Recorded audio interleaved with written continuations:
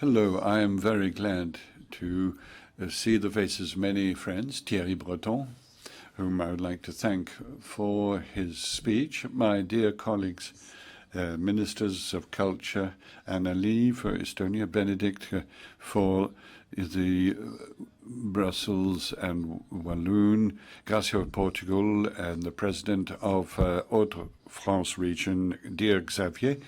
We've done many things together, have we not? We'll try to be more serious in future, but to work with all the parliamentary representatives. There are many friends. There's the President of France Télévisions, of the CSA, President of CSA. And I will end my list here without wanting to forget President Rodolphe Belmer. I would like first and foremost to thank you for this conference and these very fruitful discussions, which carry much hope for the European audiovisual industry. And these exchanges confirm this common objective in Europe that audiovisual and cinema industry should be at the heart of the recovery of our continent. We are going to come back to this topic in a few moments with my European colleagues. I have to leave you, as was said, but I will trust them to talk about the values that are dear to our hearts. Cerimania has become, in a very short time, the reference event internationally for series, and especially the Lille Dialogue conference. And this has shown all the changes in the audiovisual industry affect all of us in Europe as well as globally.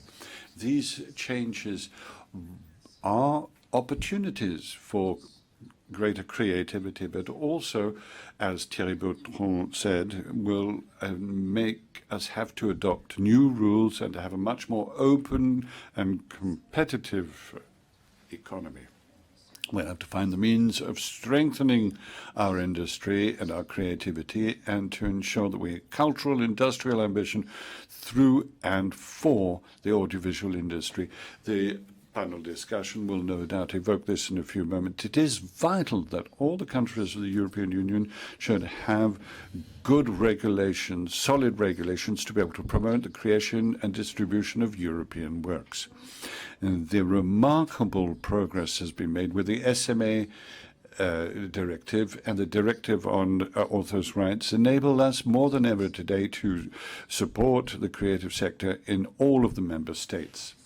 And I wanted in France to have an ambitious reform that covered the audiovisual industry in regulatory terms. This is ambitious because it uses to the utmost the tools provided by European law. It is global because it preserves, respecting equality, the role of the major incumbent distributors to ensure that they are the drivers of the transformation of the audiovisual sector.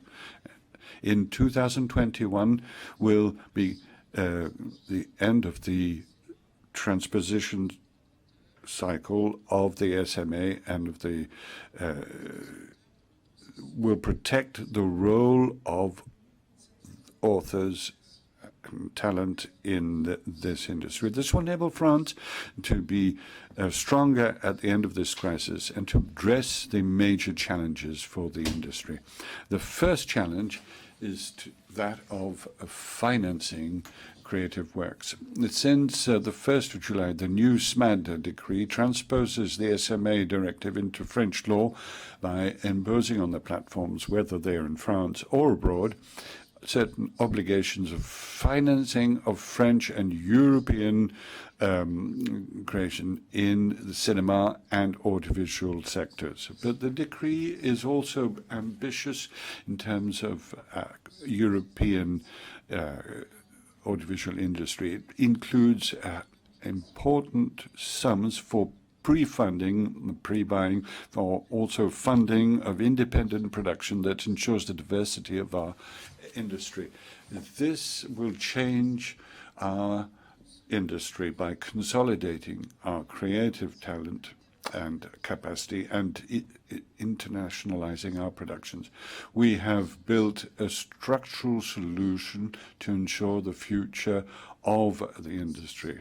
And this solution reflects the role of platforms in our lives, but also the prevailing role of European creative input for our citizens. Cerimania proves this. Audiences in Europe want to see European productions. The second important topic concerning our future is the strengthening of our major national broadcasters. We want to strengthen the capacity of our broadcasters to exploit the programs that they finance while protecting or ensuring the preservation of the role of the producers for the production and the distribution of programs. We need strong broadcasters that are capable to work internationally. We need independent producers that are bold and efficient. And this is the only means of being able to compete internationally. In this regard, I would like to pay tribute to for the European initiatives, the RAI, France Télévisions, ZDF Alliance. And the third challenge is to become more competitive in a world that is more and more global. With the new regulations, the European works broadcast on the SVOD platforms will be greater in number, better funded, and they will be seen more. And this is an opportunity that we need to seize. French programs are being distributed more. Mirage around the world in 80 days are distributed around the world. 10% is in Turkey, UK, Canada, India. And you must today, more than ever, encourage the producers and distributors in Europe to collaborate more and more creatively so as to compete with the American programs. The fourth very important topic for the audiovisual industry is to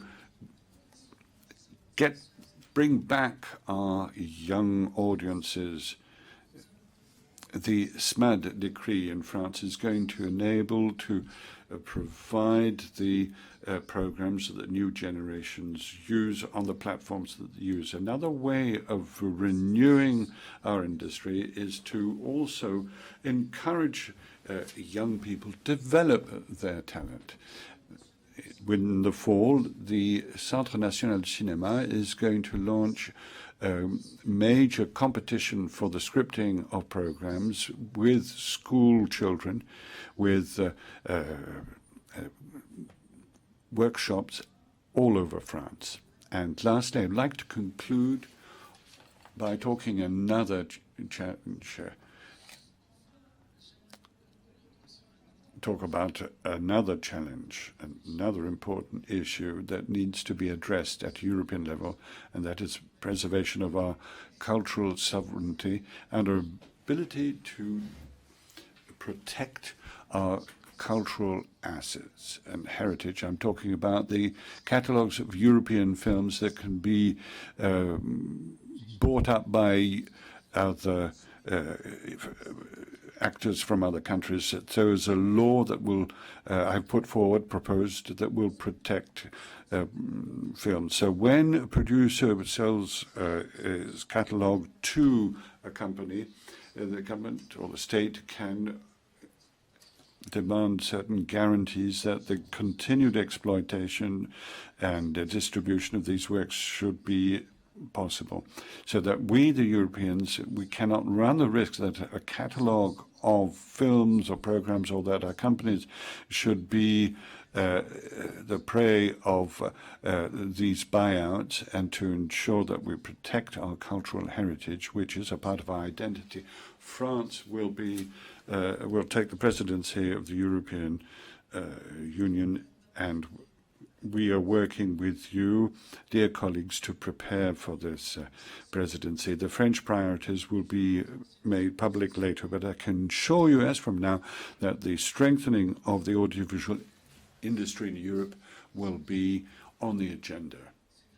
It is a message of trust and confidence and of strength that I wanted to address to you before we should talk about the means of being able to address our ambitions and aspirations for a strong and creative industry that needs to be at the heart of this recovery that we are going to embark on. Now I suggest that we move on to the panel discussion. Thank you for your attention.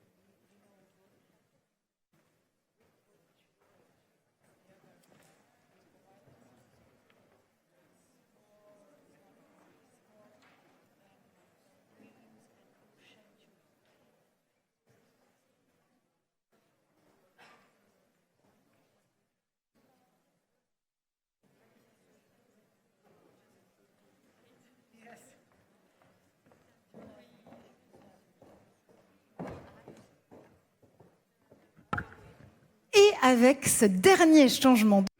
And with this last set change, we'll start the last panel, exchanging views with 3 ministers of cultures in Europe.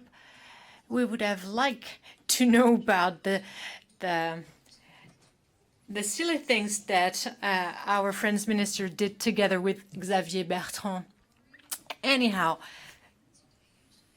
Sessions, panels, and segments to make your own opinion about it, but we're slowly moving to the final segment of the Lille's dialogue here on this stage. So, yes, we are about to see how member of states are actually adding some willpower to this matter, and it's our great honor again to be joined not only by 1 but 3 outstanding ministers of culture. Bénédicte Linard, vice-présidente et ministre de l'Enfance, de la Santé. Vice President and Minister of Childhood, Women Rights, and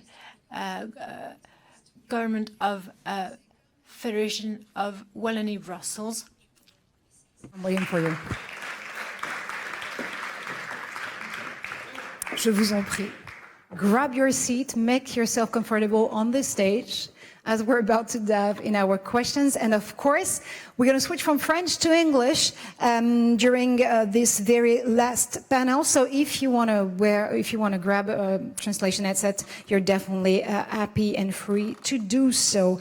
So let me start maybe back in French with you, Madame Linard. En effet, the European Union and the member states gathered in a very unusual way during this pandemic, during the crisis. As mentioned, Mr. Breton, what are your perspectives to support the audiovisual in Wallonia and Brussels? Well, in the next few months, I have identified a few priorities that have been mentioned by Mr. Breton to raise our ambition in terms of support for production, creation, and broadcasting. We have seized the opportunity to support the cultural sector and the media through digitalization and the support of the web native generation in order to make sure to have an easy access on it. And the second thing is, despite the implementation of these new guideline, we have gathered with the new actors to try and raise the participation in terms of contribution, and we really feel like these finest things that could actually help and support, reinforce the creation is very important. And the third point, a priority, is in a with more global view, is would be to emphasize on diversity. In Franco-Belgian, the diversity issue, the place of women, is a major focus. This is something we're paying a lot of attention to, and we're trying to raise globally the participation of minorities in all areas, because media should actually reflect our reality. The second aspect is a financial one. In Belgium, we work in a slightly different way, and as far as culture is concerned, it works by region or through the different communities. And that works the same way when we have to face a crisis, which means that we may need to review our methods to make sure to bring the proper support culture deserves. And lastly, I'd like to tackle the environment issue.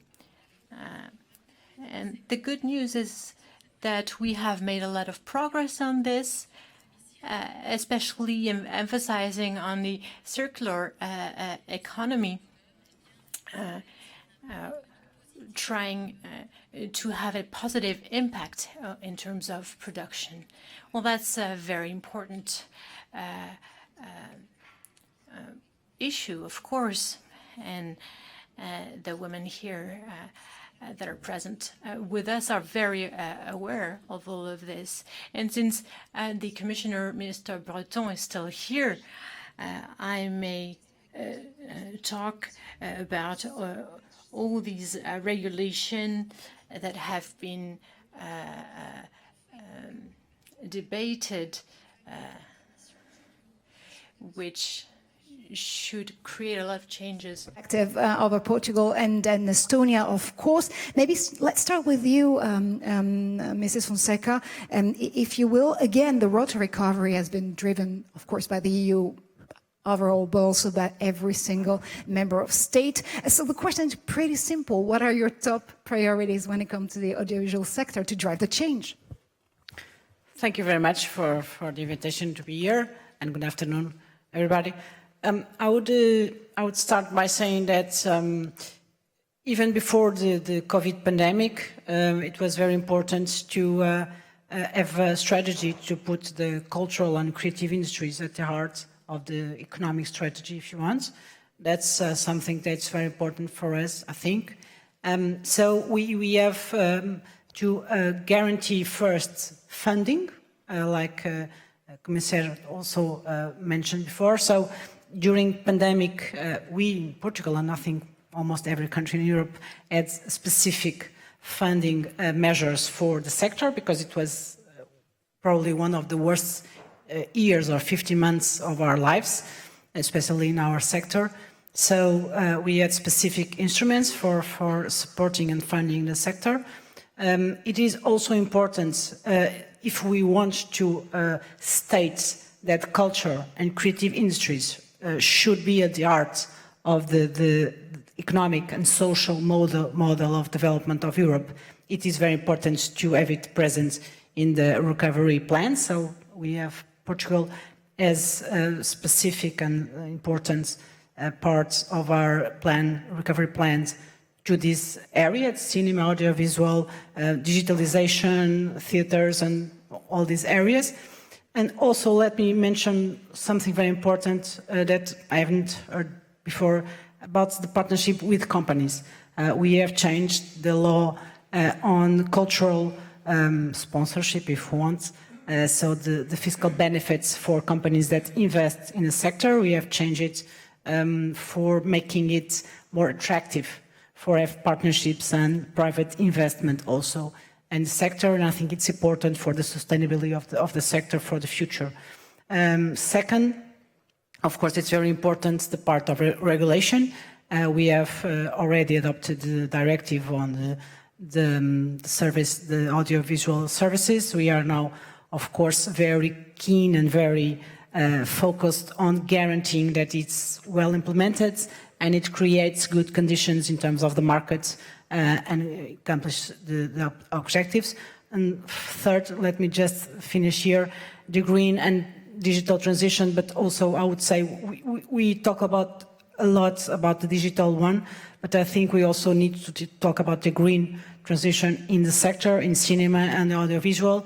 And I think it's very important for the next years that we all together work on this green transition. Absolutely. Thank you so much indeed. And it's a pleasure to see that you all agree actually on the fact that we have to come up with a more sustainable industries, of course. Well, actually, I guess, Mrs. Ott, you definitely agree when it comes to Estonia. Estonia being one of a kind country when it comes to, embodying the idea of a digital nation.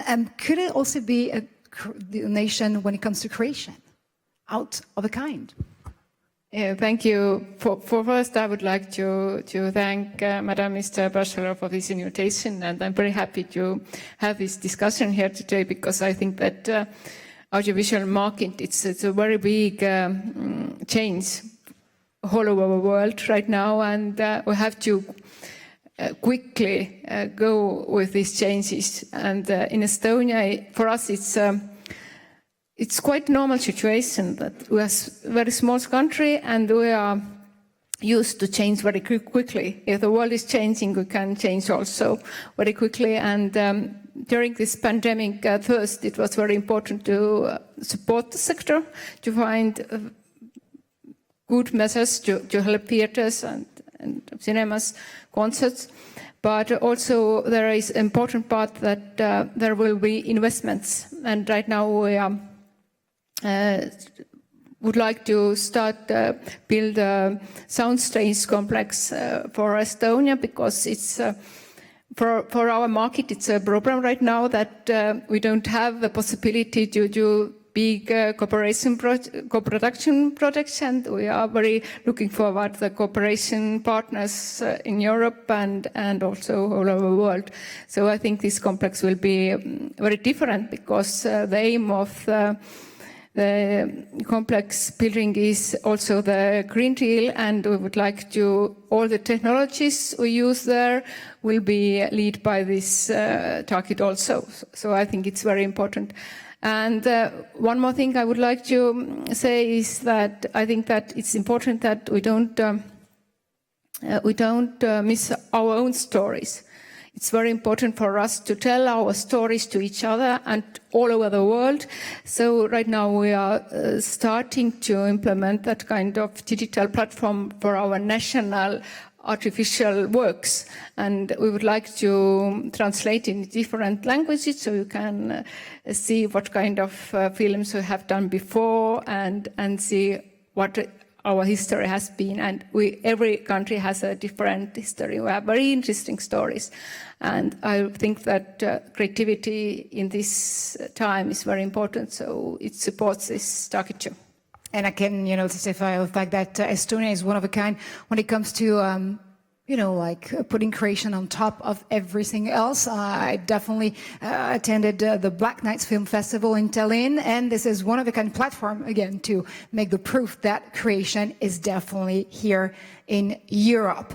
Switching back to French, pour la deuxième question, notamment For the second question of this panel, well, we've been asking ourselves how we could make this industry more resilient, especially facing a very competitive market.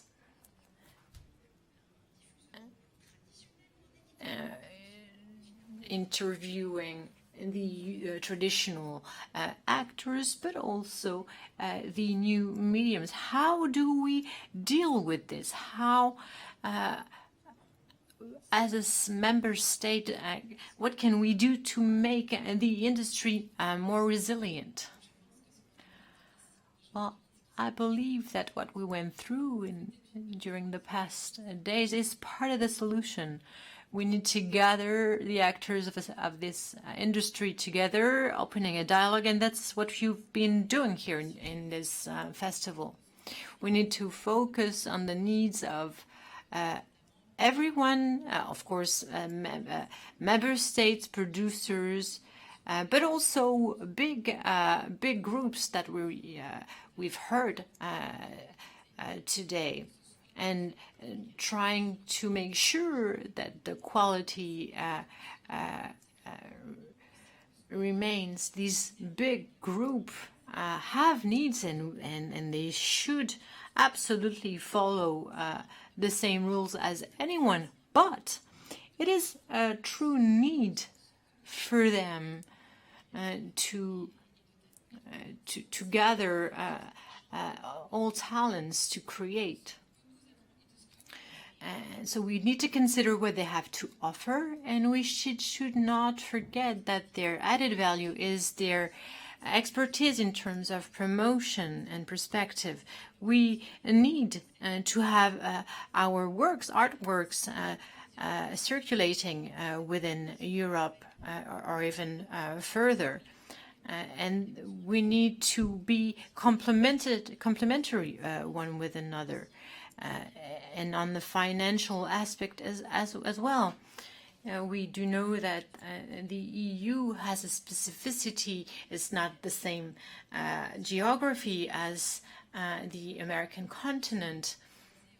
It is based on authors and creators, on IP, and we also have smaller companies.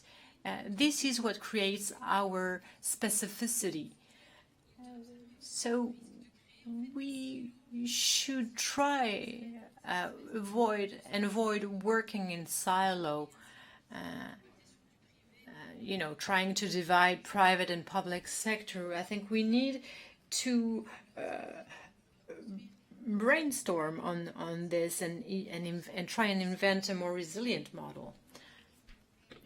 Audiovisual industry globally, Mrs. Fonseca, you probably have an answer. Yes, well, the answer really has been given all along this discussion, but I would reinforce the aspect of regulation, of course, again. The directive on demand, platforms on demand was very important. We have already adopted in Portugal. We have decided to put a mixed system with contributions to the public and in the market. But what I would like to stress in this area of regulation and in terms of the European Union is that it is important that we act as a continent, like Commissioner said, and I really am a very strong supporter of that idea. Europe is stronger if acting together, of course, in general, but in particular in the area of cinema and audiovisual. We are a continent that really has so much to offer in terms of diversity, in terms of differentiating what we are and what we can give within our history, our stories, our narratives, what we can produce. And if we have the ability to do it, and I think the part of regulation is very important, we have always put the work concerning directives and transporting directives to national law always in coordination with other member states and with European institutions. So I think it's important, these points. I think it was important before, and I think after the pandemic situation, it really made us think that if we were able to come up with almost doubling the Creative Europe as in its budget for the future, if we could support and promote and approve our resilient and recovery plans as a continent, we should keep on this track. And of course, in terms of cinema and audiovisual, if we do it together, I think we can really be a bloc in terms of economic affirmation of this sector. Let's team up as Europeans, I guess. What about Estonia? Yeah, I think that it's a very important topic because audiovisual market, it's changing very, very quickly. And I think we don't know where we are going right now because it's changing so quickly and this pandemic has changed. It has put us in this situation where we have to change very quickly. And I think that we have very, very interesting practices in different countries that we should more share with each other to find which are the best and which are the most interesting and leading us to the better future. And of course, rules must be, these rules for everybody, they help us they help our smaller producers and youngsters, because young people right now, they are changing this world, this audiovisual market. We have to listen to them, and in Estonia we see that it's very important to cooperate with them in these questions, because what they do in this world, it's quite different that we know already right now. So I think these rules that we have all the same, it helps us to develop faster, and it helps our young people to understand each other better, and the market will be stronger. Let's think ahead for future generations, indeed. So if I sum it up, it's 2021, ladies and gentlemen, so we have to keep calm and be agile, I guess.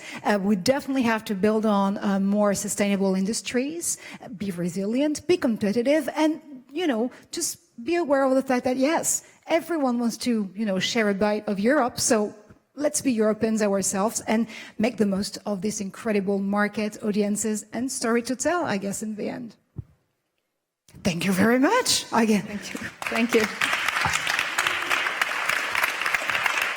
Thank you very much to our incredible ministers here on stage. Thank you so much for you attending this incredible Lille's Dialogue edition 2021. This is the end of a long day where we definitely came across a lot of different perspectives. Merci infiniment à l'ensemble des équipes de série. We've heard a lot today, and I wanted to thank the whole team for the organization of the event and who made that possible.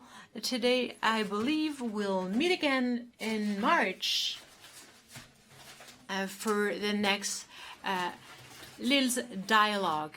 Thank you very much.